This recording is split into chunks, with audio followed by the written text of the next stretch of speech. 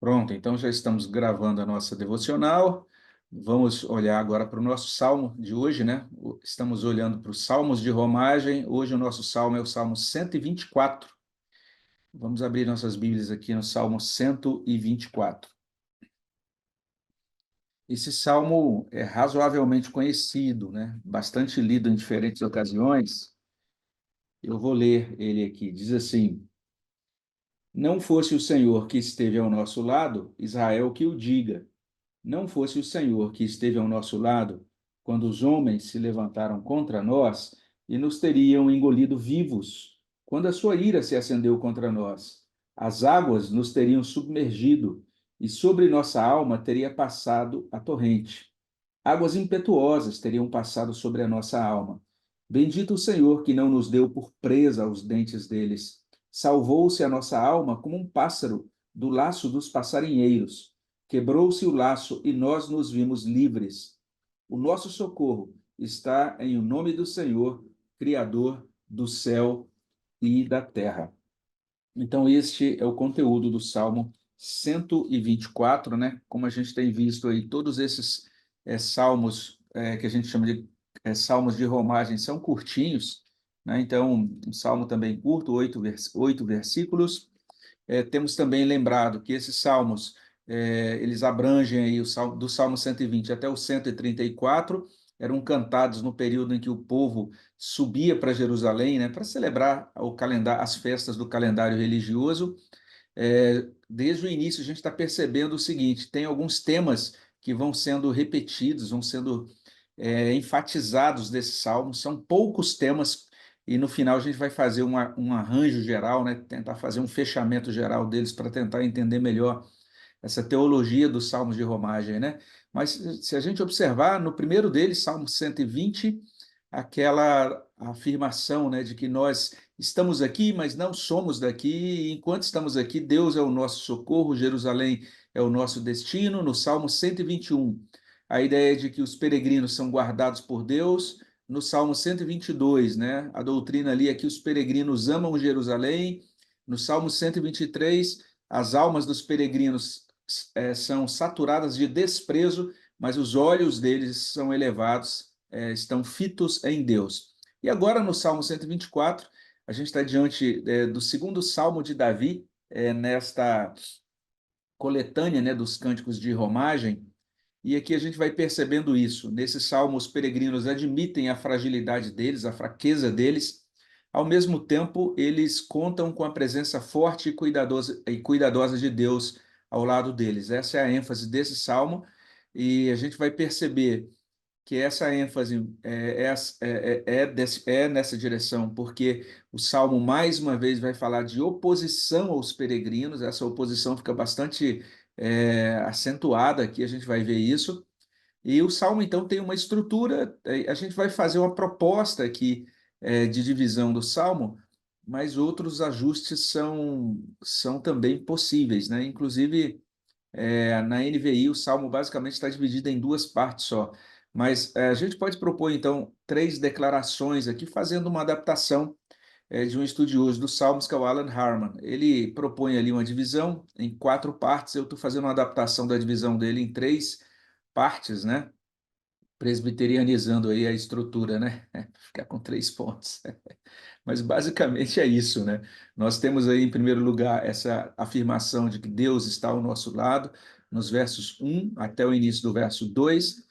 Depois, Deus não permite que sejamos destruídos, né? Da parte B do verso 2 até o verso 7. E, em terceiro lugar, Deus é o nosso socorro, de acordo com o verso 8, né? Então, vamos olhar para essa primeira declaração, né? Deus está ao nosso lado, é assim que começa o Salmo. E a gente tem aí: não fosse o Senhor que esteve ao nosso lado, Israel que o diga, né? Não fosse o Senhor que esteve ao nosso lado. Então, nesse primeiro momento, a ideia destacada é essa, né? Deus ao nosso lado, né? Davi se lembra do livramento de Deus. E o texto aqui não informa, o salmo não informa a circunstância. Tem alguns salmos que no próprio título já tem ali: isso foi escrito quando aconteceu tal e tal situação. Mas aqui nesse salmo a gente não tem essa informação, né, do que motivou Davi, qual foi. assim, quais os detalhes desse livramento, a gente não tem isso. A circunstância, né, de composição ou a razão da composição não é informada. O que aparece bastante aqui para a gente é a intensidade, né, e a gravidade, vamos dizer assim, desse enfrentamento, né? A gente vai perceber isso daqui a pouquinho, vai entrar nesses detalhes daqui a pouquinho sobre essa intensidade e gravidade, mas o que importa aqui é destacar logo de início isso. Deus esteve ao lado de Davi, né? Então ele afirma duas vezes: o Senhor esteve ao nosso lado, o Senhor esteve ao nosso lado, né? E temos essa expressão inicial, né? Não fosse o Senhor. Outras traduções trazem apenas se o Senhor não estivesse, mas a ideia aqui é essa, é que Deus ao lado de Davi fez toda a diferença no enfrentamento. O Salmo está informando que se não fosse por Deus, Davi certamente não sairia vivo disso, ele teria sido derrotado. Então, essa é a primeira verdade destacada no Salmo, né? Deus ao lado de Davi, e a partir daí a gente pode depreender, entendendo que o Espírito Santo inspirou Davi para escrever isso, para que enquanto a gente lesse o Salmo, a gente pudesse dizer: Deus é um Deus presente, né? Um Deus que está do nosso lado, um Deus que está junto do seu povo. A gente já tem percebe o quanto esse salmo repete um pouquinho o que outros salmos dizem também, né? Porque o Salmo 121 vai até dizer, mostrar Deus como a nossa sombra, a nossa direita, né? Um Deus que está junto de nós, né? Um Deus que nos guarda, inclusive não dorme. E aqui, ao mesmo tempo, da mesma maneira, essa ideia de um Deus presente, né? Além disso, quando olhamos um pouco adiante, aí a gente vai verificar isso, que Deus, ao nosso lado, não permite que sejamos destruídos. E aí, lembra que eu falei que o Salmo toca naquela questão do assunto, né, no tema dos opositores, da oposição. E aqui isso é bastante forte, é muito intenso o modo como os opositores são mostrados aqui, e a oposição deles é mostrada aqui nesse salmo, né? Quando olhamos aqui para o Salmo 124, esses opositores são aqui demarcados, são bem demonstrados para a gente aqui, né? Em primeiro lugar, os homens, aí no verso 2, né? Então, até outras traduções, até mais contemporâneas, como a NVI, dizem os inimigos, mas a palavra lá no original realmente é a palavra que designa seres humanos, né? Ou seja, pessoas.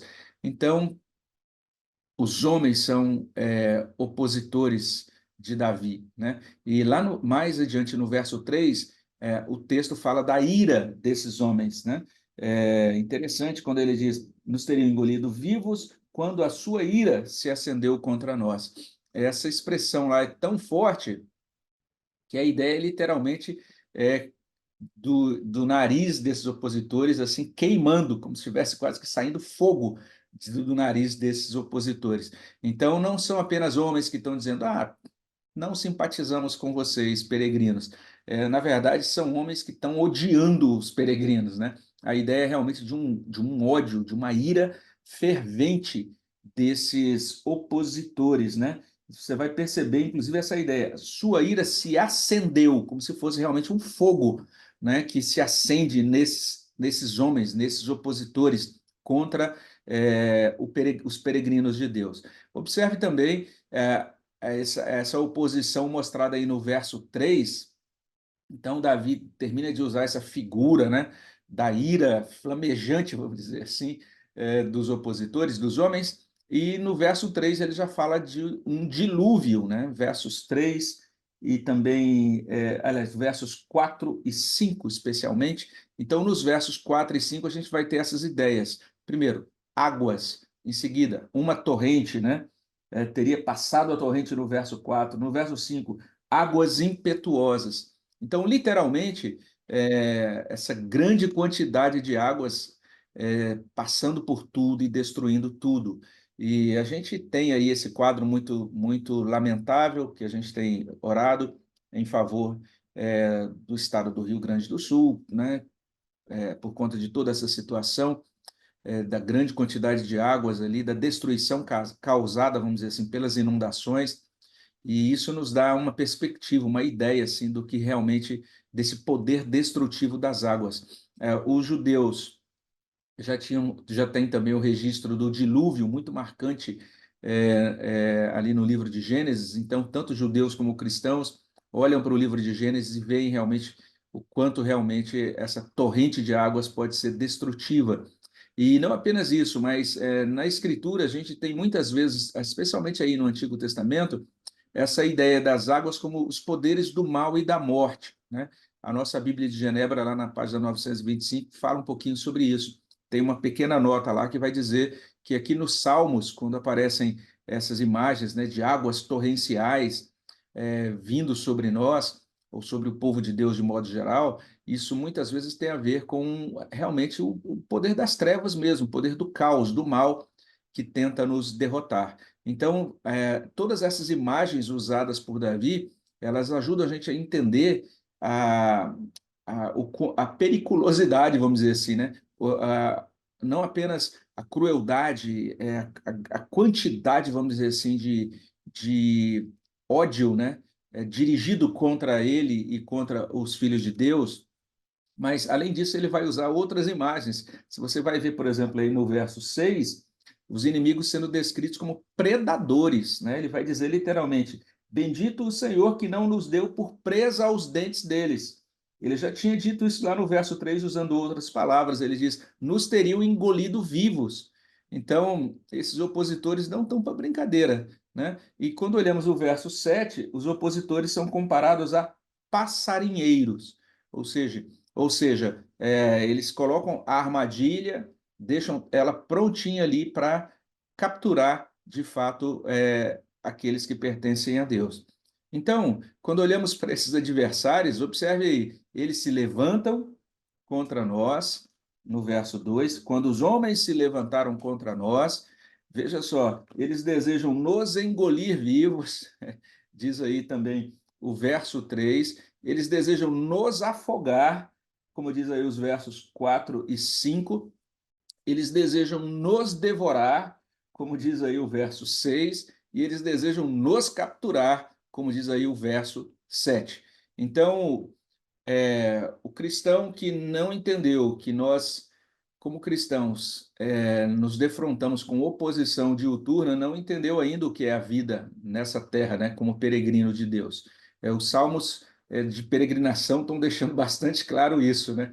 Então, por isso que esses judeus sobem para Jerusalém para prestar culto ao Senhor e para invocar a bênção do Senhor e se encomendar aos cuidados do Senhor, porque eles sabem que quando eles descem e retornam para suas vidas cotidianas, eles estão sendo diuturnamente atacados, né? A intenção da linhagem da serpente para com aqueles que pertencem a Deus é uma intenção realmente beligerante, né? Eles são adversários do povo de Deus. Esse é o quadro pintado aqui de forma muito drástica, né?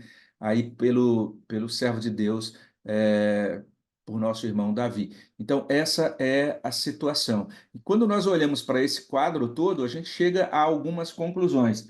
O que Davi está dizendo aqui é muito simples. Davi não daria conta dessa oposição. Ele não teria poder nele mesmo, ele não teria capacidade para para se livrar, para enfrentar esses inimigos, né? Então isso é bem interessante. Algumas pessoas já ouvi pessoas dizendo o seguinte: olha, o que Davi está dizendo aí, ele está destacando, né, a situação do crente na dispensação do Antigo Testamento, porque os crentes ainda não tinham o Espírito Santo, Jesus não tinha vindo ainda. Agora que Cristo veio, ele nos deu o poder para pisar todas as serpentes e escorpiões, sobre todo o poder do inimigo, né? Ele nos deu toda a autoridade e tem uma boa base para a gente afirmar que realmente Cristo fez isso mesmo, né? Mas e agora o crente do Novo Testamento não está na mesma situação que Davi no Salmo 124. Então, é uma leitura, na minha opinião, falha. Eu creio que sim, né? Estamos hoje gratos a Deus por tudo que Cristo realizou, ele inaugurou o reino. Eu até mencionei um pouco sobre isso um dos últimos sermões em Atos, mas nós continuamos frágeis, né? Nós precisamos o tempo todo entender o seguinte: se não for o Senhor do nosso lado, nós não temos em nós poder. o poder que está em nós, na verdade, é Deus mesmo habitando em nós. É Deus conosco, né? Nós precisamos o tempo todo entender isso muito bem. Nós não podemos ser petulantes na nossa luta contra o mal, né? Tem um trecho do livro de Judas que é tão interessante, onde o autor ali vai dizer isso, né? Que um próprio anjo do Senhor, ele, no momento de enfrentamento ali com Satanás, pelo corpo de Moisés, né? Falando ali de Miguel, ele, ao invés de dizer, Satanás, eu te repreendo, ele falou, o Senhor te repreenda. Ou seja, ele entendeu que Deus é quem é poderoso, vamos dizer assim, para lidar com Satanás. Porque nós somos frágeis ainda. O tempo todo na nossa caminhada, inclusive nos enfrentamentos, nós precisamos invocar o nome do Senhor, entendendo que é Ele que nos ajuda. Olha só, se não fosse o Senhor ao nosso lado, se não fosse o Senhor ao nosso lado, é o que Davi diz, eles teriam feito o quê? Teriam nos engolido vivos, né? Eles teriam, as águas teriam submergido, e ele usa essa expressão algumas vezes, nossa alma, nossa alma, nossa alma, ou seja, ele está dizendo, da vida dele inteira, não está falando apenas, né, do aspecto espiritual dele, está falando da vida. Nós teríamos sido mortos, é isso que Davi está dizendo. Então, nós não fomos mortos, por quê? Veja o verso 6. Bendito o Senhor que não nos deu por presa aos dentes deles. Então, depois de fazer toda essa lista, né, das características da oposição, ele se desdobra e ele faz essa afirmação de louvor, né, bendizendo a Deus. Bendito o Senhor. Deus não nos deu por presa aos dentes deles. Olha lá o verso 7. Salvou-se a nossa alma como um pássaro do laço dos passarinheiros. E é muito lindo o que consta no final do verso 7, né? Ou seja, o passarinheiro armou o laço, mas o texto diz: quebrou-se o laço e nós nos vimos livres. Então Deus operou, Deus nos libertou, Deus então realizou todas as coisas. Então, nesses termos, o que Davi está colocando aqui é digno de nossa atenção, né? Apesar de toda essa esse poder e essa astúcia e essas maquinações, né, dos opositores, Deus não permite que sejamos destruídos. Deus está com o seu povo. Deus acompanha e cuida do seu povo. É a retomada daquilo que a gente viu realmente no Salmo 121, né, quando o salmista vai falar disso. Ele não permitirá que os teus pés vacilem, não dormitará aquele que te guarda. No verso 3, a segurança de que Deus cuida de nós e não permitirá que os nossos pés vacilem. E agora, exatamente por conta disso, a última parte do Salmo 124, ele faz essa declaração, que Deus é o nosso socorro. O nosso socorro está em o nome do Senhor, Criador do céu e da terra. E aqui a gente tem uma profissão de fé, e como diz o Harman, eu concordo com ele, é literalmente uma profissão de fé do peregrino. Perceba que isso já foi afirmado lá no verso 2 do Salmo 121. Salmo 121 começa: eleva os olhos para os montes, ou para os montes, de onde me virá o socorro? O meu socorro vem do Senhor, que fez o céu e a terra. E aqui, mais uma vez, né, no Salmo 124, o nosso socorro está em o nome do Senhor, Criador do céu e da terra. Deus que criou todas as coisas, esse Deus todo-poderoso que governa sobre todas as coisas, é o nosso socorro.